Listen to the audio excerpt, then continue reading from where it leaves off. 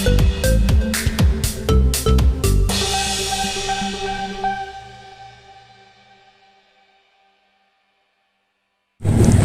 Atta Halilintar ini gimana sih Bang? Dia digugat atau dia menggugat atau seperti apa Bang? Sedikit flashback ke belakang dulu. Baik, terima kasih ya. Terlebih dahulu saya sebelum menjawab rekan-rekan media, saya ingin memperkenalkan yang di sebelah kiri dan sebelah kanan saya. Tentunya teman-teman media pasti bertanya ini siapa, kan begitu. Karena pada saat wawancara terdahulu kan prinsipal tidak hadir. Yang di sebelah kiri saya ini Tuan Amal Indrawan. Beliau adalah salah satu pengurus yayasan. Dan sebelah kanan saya itu Haji Saifullah, juga merupakan pengurus yayasan. Artinya mereka adalah prinsipal dari yayasan. Nah, terkait dengan sengketa ataupun polemik ini, dapat kami jelaskan bahwa tanah ini berdasarkan informasi dari klien kami bahwa tanah ini adalah milik yayasan. Namun kebetulan pada saat itu saudara penggugat, nah sesuai dengan pertanyaan tadi, penggugat dalam sengketa ini adalah Halilintar Anobi Alasmid. Kenapa beliau menggugat? Tentu pertanyaannya itu kan, kenapa beliau sampai menggugat? Karena tanah yang menjadi sengketa hari ini adalah tanah milik yayasan. Berdasarkan informasi dari klien kami, itu adalah tanah milik yayasan. Pada tahun 93 itu tanah dibeli. Setelah dibeli, yang dibelinya secara kolektif ini ya, dibeli secara kolektif dari semua anggota yayasan menyumbangkan uangnya untuk membeli, yang pada akhirnya itu kan setelah dibeli merupakan menjadi aset yayasan. Nah, beliau pada saat pembelian tanah itu merupakan pimpinan di yayasan. Nah, ini beliau ini menjadi pimpinan di yayasan. Setelah dilakukan pembelian, tanah itu dibuat ke atas nama Haji Saifullah, beliau ini. Nah, kemudian kembali tadi saya tegaskan, karena beliau itu pimpinan pada saat itu, kemudian beliau mengambil alih, dibuatlah ke nama beliau, terbitlah sertifikat hak milik ke nama beliau. Namun meskipun terbit ke nama beliau, tanah tersebut tetap menjadi aset yayasan toh. Nah, karena sumber pembeliannya dari mana dan itu pembelinya siapa kan sudah kita jelaskan.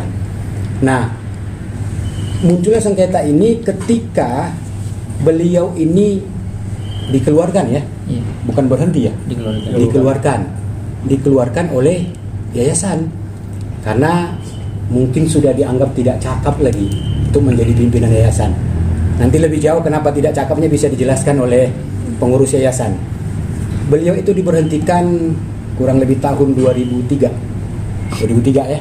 Nah, 2003 kemudian karena beliau bukan lagi pengurus yayasan, kemudian yayasan meminta kepada beliau untuk mengembalikan semua aset-aset yang pernah dibuatkan ke atas nama beliau. Jadi perlu teman-teman media ketahui, aset yayasan bukan hanya tanah yang ada di Pekanbaru, tapi juga tadinya ada di Jakarta ya, bahkan tersebar di beberapa daerah. Nah, namun sebahagian aset-aset ini sudah dikembalikan kepada yayasan. Nah, kebetulan tanah yang sekarang hari ini menjadi objek sengketa ini belum dikembalikan kepada yayasan, gitu Pak Ji ya. Nah, masih nama beliau. Nah, sebagai informasi, pada tahun 2004 yayasan meminta kembali kepada beliau agar nama yang sudah dibuatkan di dalam sertifikat hak milik itu dikembali kepada yayasan. Nah, tahun 2005 sudah terjadi peralihan. Beliau sudah menyerahkan tahun 2005. Itu ada, aktanya ada. 2005 diserahkan kepada Dr. Isdam, juga merupakan bagian dari anggota yayasan. Nah, namun malangnya begini, sebelum sempat dialihkan kembali, kan ini berbentuk akta nih, aktanya kuasa jual. Kuasa jual itu bebas, boleh menjual, boleh mengalihkan kembali kepada siapapun. salah satu bunyi klausa di dalam hak kuasa jual tersebut. Namun belum sempat dilakukan peralihan kembali lebih lanjut, penerima kuasa jual dari penggugat tadi meninggal dunia.